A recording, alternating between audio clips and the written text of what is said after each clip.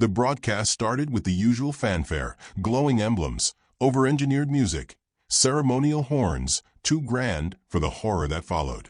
Across the halls of the Galactic Council, a projected image shimmered into existence. It showed the scorched remains of Earth's colony 17X, orbiting the edge of Sector Ypsilon. Debris floated where buildings once stood. Smoke curled from charred soil. The camera lingered on a stuffed rabbit, half buried in ash, one ear missing.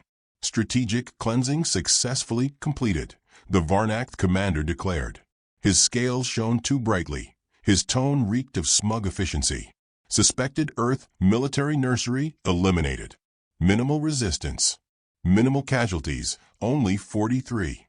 He said the number like it was a footnote in a requisition log. Somewhere in the chamber, a Jellari delegate shifted uneasily. Another cleared his throat. No one spoke. Transmission ends, the Varnact added, and the hologram fizzled out. A silence settled over the room like thick velvet. It wasn't reverent.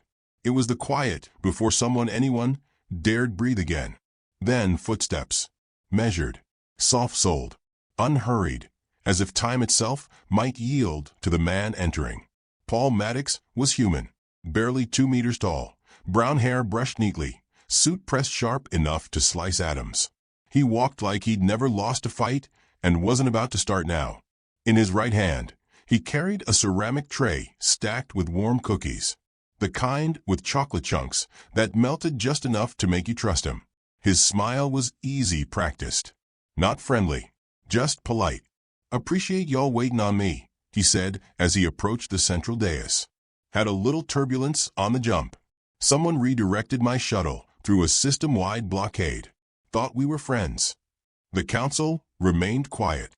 He set the tray down on the council table, gently, the way you might place flowers on a grave.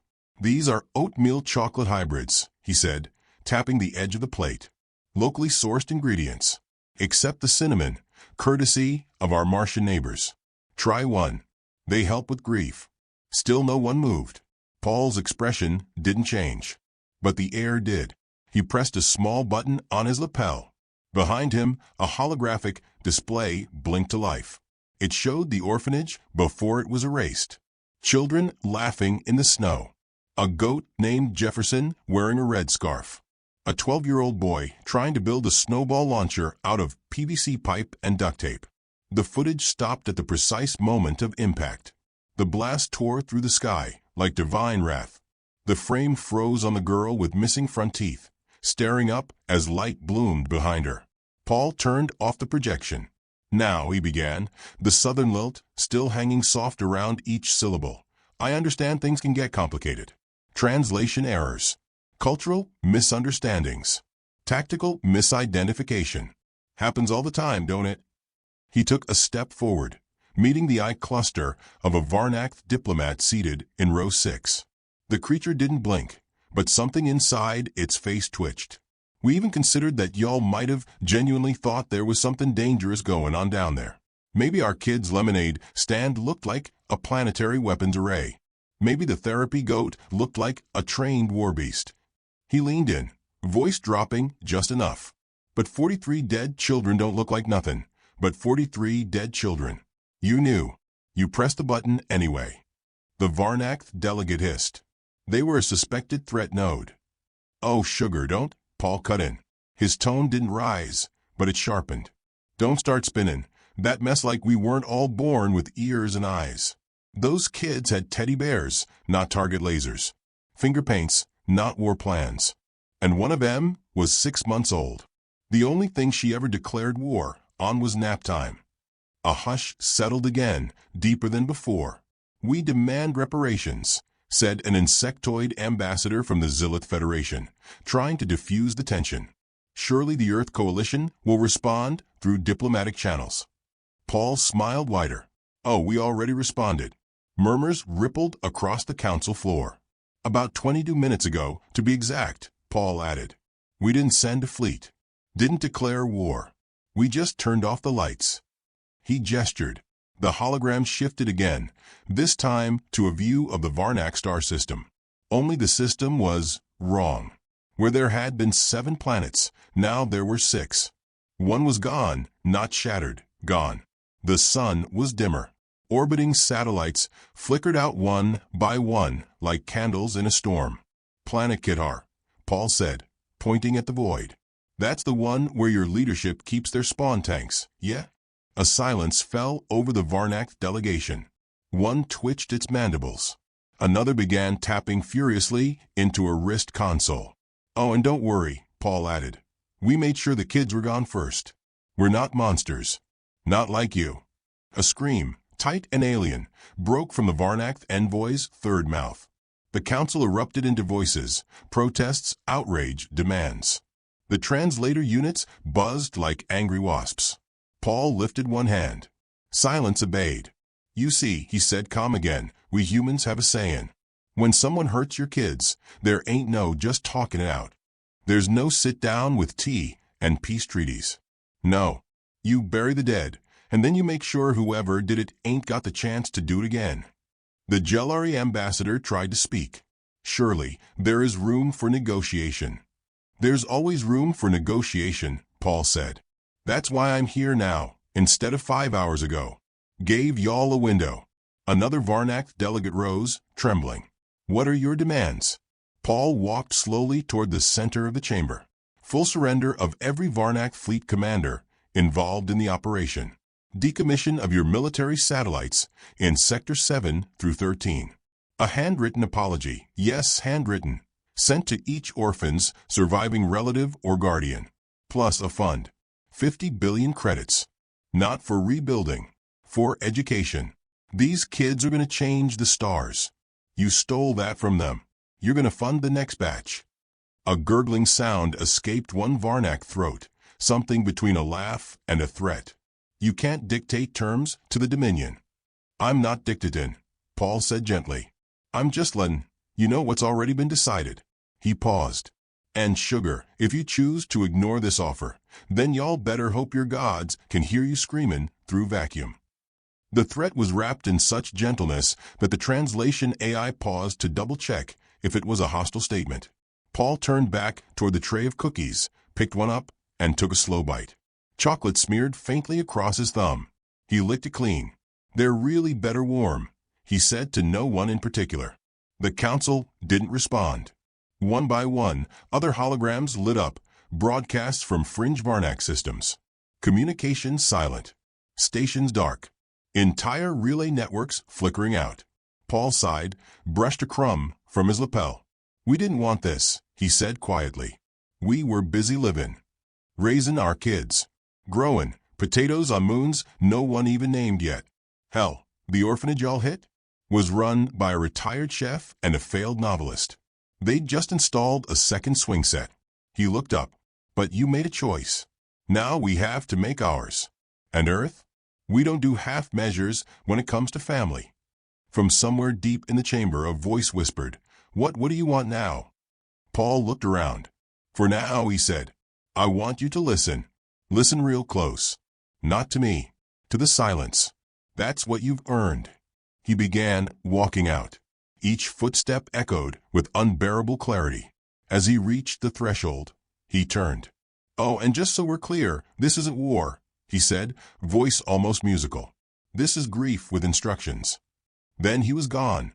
Behind him, the image of the orphanage blinked back to life, unburned, untouched, laughing children mid-snowball fight. Frozen there forever. No one touched the cookies. Stellar cartographer Brintax. 9 leaned over the edge of his command platform, 3 optical stalks blinking independently as his crewmates clustered in tense silence. Before them, on the central projection sphere, hung the Varnak home system. Or, rather, what was left of it. This must be an error, Brintax muttered, tracing a jagged line across the void where the planet Kithar had existed for 6,000 years. Gravitational anchors have shifted. Orbital decay doesn't behave like this. There's no error, muttered the ship's tactical interpreter, tapping frantically into a station. All planetary telemetry ceased within the same 23-second window. And the star. Brintax's middle eye zoomed in. The sun, once a roaring blue giant, now pulsed faintly. Not dead, not alive. Just wrong. Like it had been taught fear. Sir, multiple emergency signals are coming in from subcolonies, someone called. Most are cut off mid-sentence. Brintax opened his mandibles to speak, then froze. A ripple passed through the command chamber. It wasn't fear. It wasn't confusion. It was something else. Recognition. The humans had warned them. Or no, not warned. Announced. Like polite weather forecasts before a tornado. The screen changed again, this time to a simple message. We are done asking you to care about our children. Below it, a single name flickered in red. Black Lantern Protocol, Phase 2. Meanwhile, aboard the ESS Kindly Go Forth, Captain Sasha Brevik sipped coffee from a thermos labeled No. 1 Grandma. It wasn't true, she had no kids, but she liked the emotional effect. Her crew never asked if she'd been a grandmother. They assumed. Which was the point. Sasha Brevik was a logistics officer. Technically, she wore a cardigan, kept an herb garden on Deck C. Her war record was sealed behind 16 encryption walls. She oversaw the Black Lantern Protocol. Confirmation from Strike Nest Omega, her first officer reported. 3 more planetary defense nodes scrubbed. No energy signatures. Silent as a nun's diary. Good, she said. Send Em a fruit basket. Her XO blinked. Ma'am. Just joking. Mostly. The Kindly Go Forth was not a warship. Not legally. No torpedo tubes. No carrier bays. Just a smooth hull, polished silver, with an outer signature that read mobile communications and relief craft. Inside, it carried weapons designed by people who read bedtime stories about antimatter and thought, we can make that worse. You think they'll retaliate? The XO asked. Sasha considered, then shrugged. If they do, they'll do it blind. We've already ghosted their star charts. Next planet, they try to jump to will just not be there anymore. She tapped her tablet, and a rotating projection of the Varnak Dominion flared up, an empire of dots and pride. The central axis, once glimmering, now looked like a pastry missing its middle. Look at that, she said. They used to call that region the cradle spiral. Now it's the why is it so quiet zone. Her XO chuckled nervously. On the other side of the galaxy, inside the hallowed, but now very nervous, walls of the Galactic Council, a dozen species tried to explain to one another how Earth had done this, without anyone noticing. Earth's ambassador was no longer present. Paul Maddox had left behind only a polite note and a decorative plant. The note read, "Gone fishin'. Back never." No one knew what fishin' meant, but the plant had already eaten 2 aides. How? Asked the Serpentine Archivist of Velar Prime. Does a species with no official navy, no confirmed superweapons, and no history of coordinated aggression simply delete a star system? They had no answer.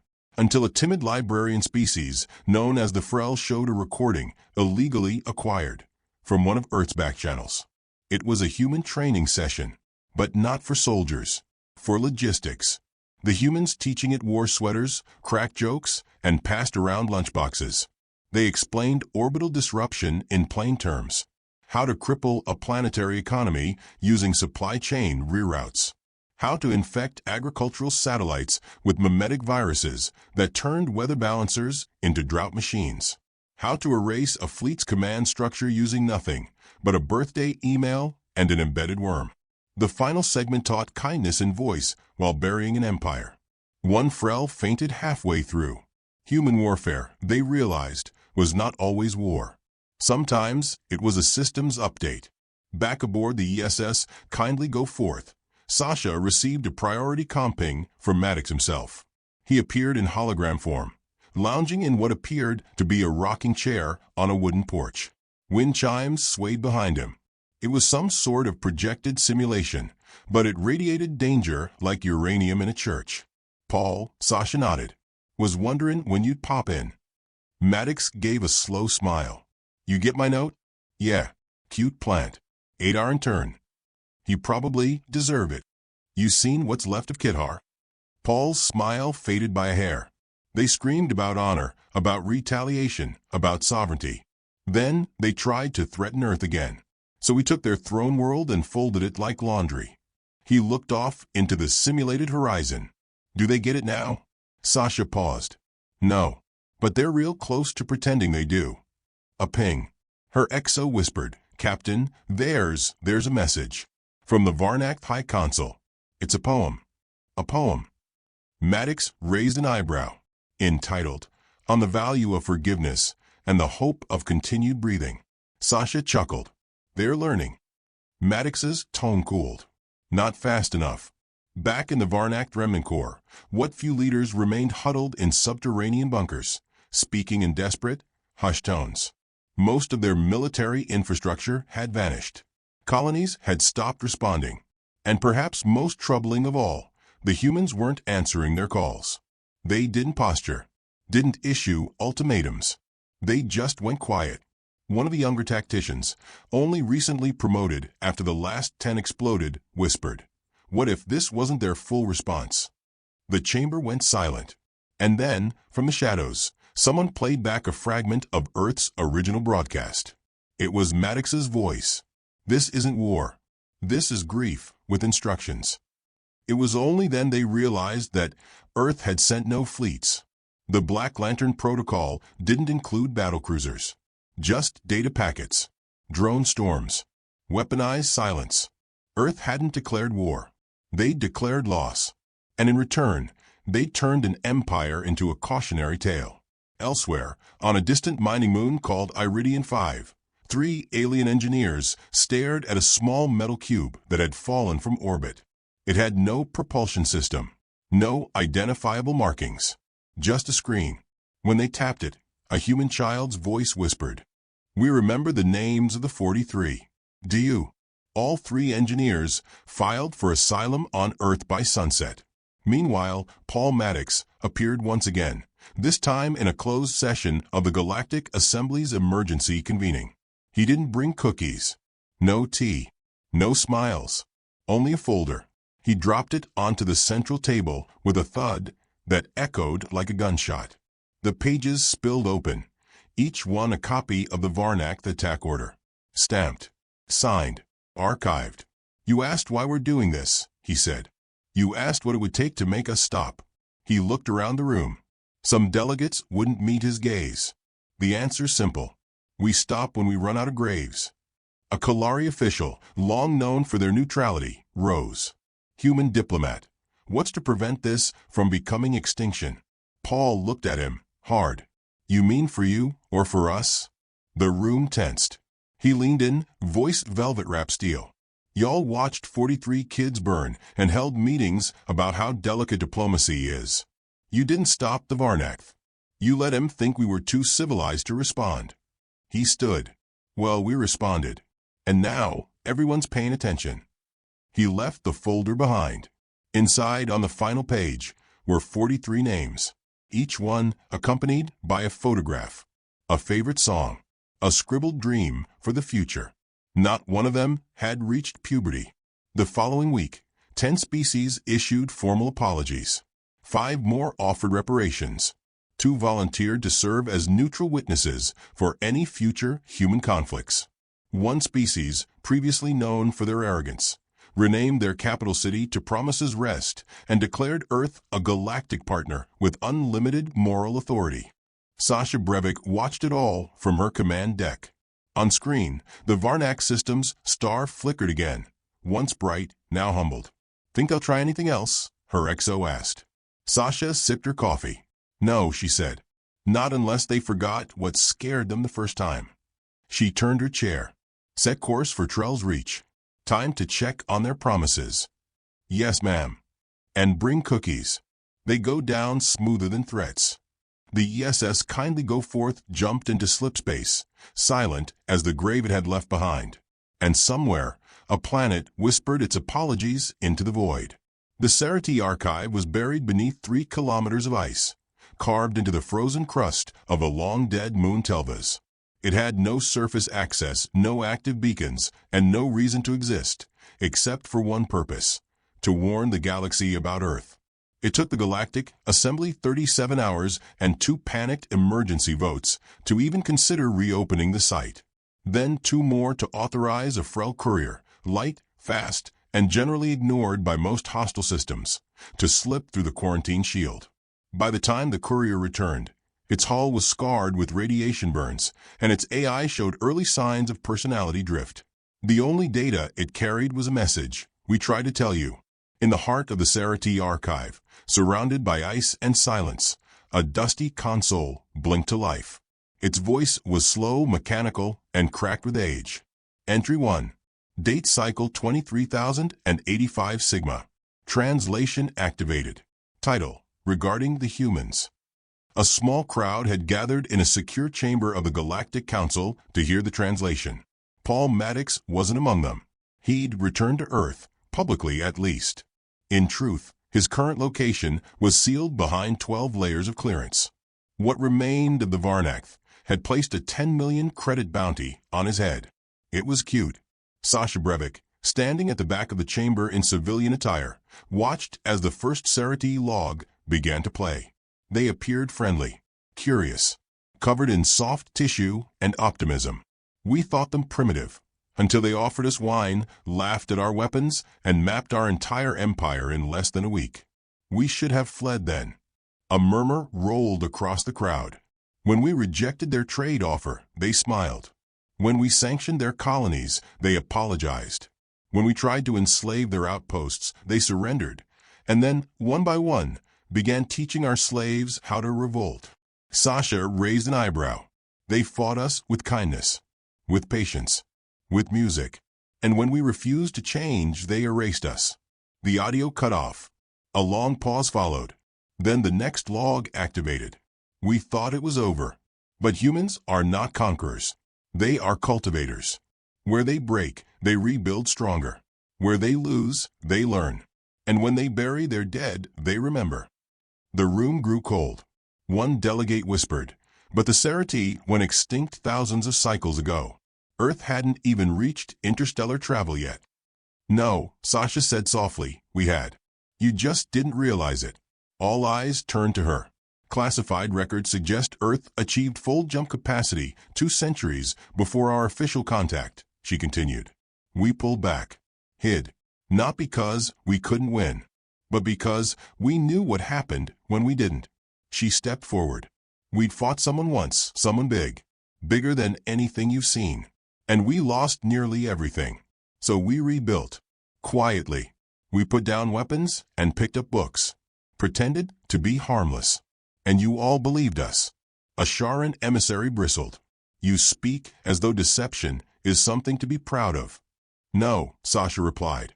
I speak as someone whose planet watched its sky split open twice in 1 generation, and swore never to let it happen again. The Serati archive resumed. If you meet humans, be kind. If you make them angry, apologize. If you hurt what they love, run. The screen shifted. A new fragment played, different from the others. This time, it was a recording. A Serati elder, scaled and weary, stared into the lens. We took their children. Once. Long ago. As leverage. We assumed they would negotiate. His eyes glinted with sorrow. They did not. The footage flickered into images of burning cities, but not through human weaponry. Through infrastructure collapse, triggered by recursive code buried in their own planetary firmware. Hospitals shorted. Food processors reversed caloric conversions. Atmospheric generators converted oxygen into nitrogen dioxide. They turned our intelligence against us. They never fired a shot. The final line of the fragment echoed like a dirge. We hurt their young. They rewrote our destiny. Back in the council chamber, silence ruled. Then someone at the back, quiet, pale, unassuming, spoke. They didn't just rebuild, said a frail analyst. They trained. They embedded conflict response in every layer of civilian life. Diplomats who double as tacticians. Teachers who double as behavioral analysts. They weaponized grief. She held up a datapad. Earth's orphan support programs show psychological development leagues beyond any standard. Their military doesn't recruit from trauma. It builds from it. Some of the most decorated human agents come from orphanages. Another delegate muttered, so the orphanage the Varnax destroyed. Sasha nodded grimly. Wasn't just a tragedy. It was an act of strategic suicide. Those kids weren't just future citizens. They were future leaders. A hologram bloomed at the center of the room. This one Earth-sourced. A letter. It was written cursive, hand-scanned, dated 5 years before the attack. To whoever finds this. My name's Alma. I'm 9. I like puzzles and noodles and building things. They say I'm real smart, but I don't like tests. I want to help people when I grow up. Maybe be a negotiator, like Mrs. Hannah says. Or a builder. Someone who fixes broken stuff. Not bombs. Stuff that matters. If anyone hurts my friends, though, I'll stop them. I promise. Love, Alma. The signature was drawn with crayon. Sasha stared at the name for a long time. Alma had helped set up a disaster relief algorithm that redirected supply drones during a colony firestorm. She'd been 8. Paul had spoken at her memorial. Back on Earth, inside a mountain deep enough to hush gods, Paul stood in front of a wall made of light and names. 43 names. No flags. No trumpets. Just a slow ripple of wind as artificial trees swayed in engineered silence. He ran a hand across one name. Maxon. Age 7. Wanted to be a pirate. Insisted on calling his instructors captain. Behind him, a door hissed open.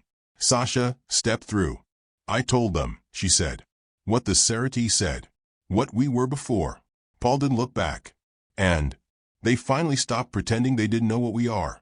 He nodded. Took them long enough. For a while, they stood there, listening to the wind that wasn't wind. They think we're angry, Sasha said. We are. But that's not why we're dangerous. No. He turned to face her. They think revenge drives us. It doesn't. It's memory. We don't forget. And we sure as hell don't forgive when someone teaches us again what we already knew. And what's that? He turned back to the wall. That monsters don't always look like monsters. Sometimes they wear armor.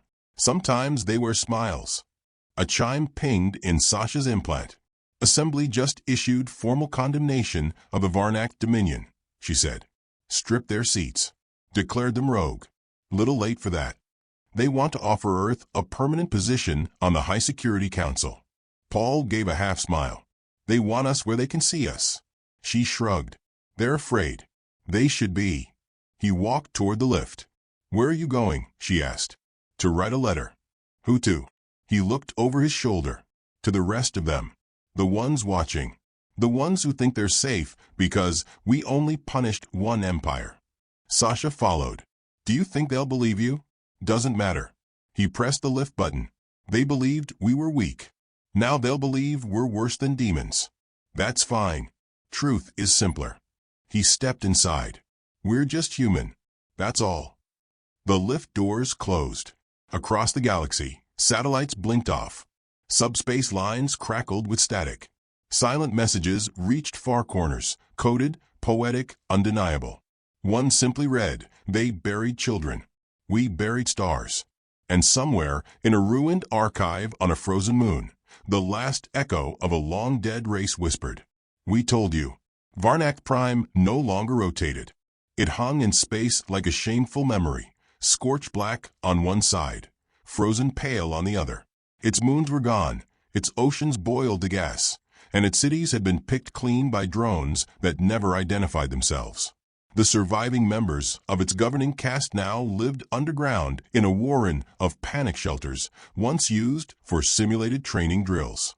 They were no longer officials, just witnesses to something much older than vengeance. A small light blinked on the emergency console of a last functioning bunker. The message came in plain text.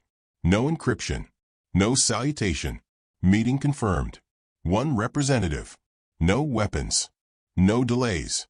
The last high executor of the Dominion read it 3 times, then turned to the others in the room. No one volunteered. They didn't argue either. No point. Everyone knew who should go.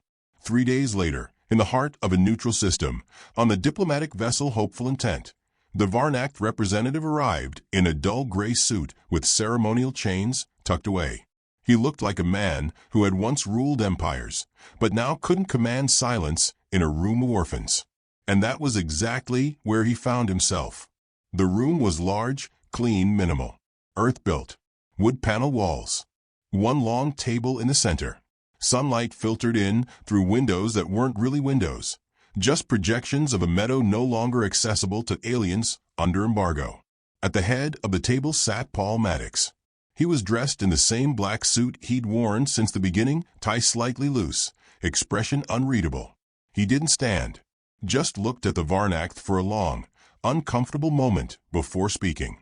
"I appreciate you showing up," Paul said. "Some of your people suggested running instead. Thought that was impolite." The Varnact bowed just barely. "I came to speak on behalf of what remains." Paul studied him. "Problem is, what remains doesn't amount to much." "I know," the alien said. Paul tilted his head. "That's new," he said. "A Varnact leader admitting what he knows. What he doesn't know. What he lost. Didn't think humility was in your bloodstream." The alien swallowed. It sounded like gravel and guilt. "I did not come to beg." Paul leaned back, clasped his hands in his lap. "No. What then?" "To ask if there's an end. A final line. Something we can work toward." Paul was quiet for a moment. Then he nodded. "There is. But you're not gonna like it." "Tell me." Paul didn't speak right away. Instead, he reached down and pulled out a small object from a leather satchel. A children's book. Tattered. Bright colors. Its title read, "The Sky is Not for Breaking." He placed it gently on the table. "This belonged to the youngest," he said. "Her name was Nara. She couldn't read yet, but she made her caretaker read it to her every night. Sometimes twice." The Varnact blinked all three sets of eyes. "We recovered it," Paul continued. "From the ashes. Charred, but intact. Pages singed. Binding torn. Still smelled like a room." He pushed it forward. "That's the price." The alien stared at the book. "I don't understand." "Of course you don't," Paul said. "That's the whole point." He stood and began to walk slowly around the table. "You wanted to know if there's a way to stop the bleeding. If there's an exit ramp, a lever, a trade." He stopped behind the Varnact, voice low. "There isn't." The alien turned, alarmed. "But you said." "I said there's a price. Not that you can pay it." Paul walked back to the front. "You killed our future. You didn't just take 43 lives. You erased 100,000 dreams those kids would have sparked. Ideas, families, art, medicine, laughter. Gone." He tapped the book. "This is the only part we could salvage. A bedtime story and a memory." The Varnacta's shoulders slumped. "Then why call for this meeting at all?" Paul exhaled through his nose. "Because someone had to say it out loud." He sat again. "There's no treaty. No deal. We're not asking for surrender. You already did that the day you touched what should never be touched." The alien bowed his head. "I understand now. You don't seek justice." Paul's voice softened. "No. We seek understanding. And that's much harder to deliver." He slid another object across the table. A small recording cube. When activated, it lit up with the holograms of children playing, laughing. Snowball fights. Pillow forts. Laughter so pure it made the walls feel sacred. "We're not fighting a war," Paul said. "We're parenting. Disciplining a galaxy that forgot what innocence means." He folded his hands. "You're not our enemies. You're our children. Spoiled. Reckless. Dangerous. And someone had to remind you why we stopped raising our voice." The Varnact looked up, tears forming in the ducts of eyes unused to such moisture. "What happens now?" Paul stood again. "We don't invade. We don't occupy. We don't colonize. We teach. And when that fails, we correct." A moment passed. "And when correction fails." He let the silence complete the sentence. The Varnact swallowed again. This time it hurt. As the meeting ended, Paul offered no handshake. Just a nod. "Go back to your people," he said. "Tell them this wasn't punishment. It was parenting. And they earned every consequence." The alien hesitated at the door. Will there come a time when Earth forgives? Paul stared out the fake window. I'm not sure Earth forgave itself yet. One war at a time. The door closed. A week later, a dozen star systems publicly severed ties with the Varnac remnant. 10 more requested human oversight for planetary conflict resolution. Across the rim, humans were no longer seen as new players in a big game. They were seen as the referees who'd brought the rulebook and weren't afraid to use it. In the middle of it all, Sasha Brevik stood in front of a new training facility, somewhere on Luna's southern pole. The architecture was clean, minimal, with large windows and rooms full of music and science and questions. A sign out front read, "The Nara Initiative, for those who will grow into guardians." She watched as children, some human, some not, painted their dreams across the walls. No guards. No weapons. Just teachers. And quiet. Paul joined her on the balcony. "You sure this is the right way?" she asked. "No," he said. "But it's the honest way." She nodded. "I saw the Varnac's broadcasts. They're rebuilding slowly. Less arrogance this time." "They'll figure it out," Paul said. "Or someone else will take their place in the corner." A pause. "You ever get tired of being the bad guy?" she asked. Paul chuckled, low and quiet. "Depends on the story you tell." He looked down at the children. "We're not conquerors, Sasha. We're parents. And sometimes that means making hard choices. Being the villain. As long as the kids grow up safe." She didn't speak. Below, a small girl held up a sign she'd painted with neon ink. It read, "We remember the stars you gave us." Sasha smiled. "Think they'll be okay?" Paul watched the children laugh, run, build. He nodded. "They already are." And above them, for the first time in a long while, the stars watched back, not in judgment, not in fear, but in awe.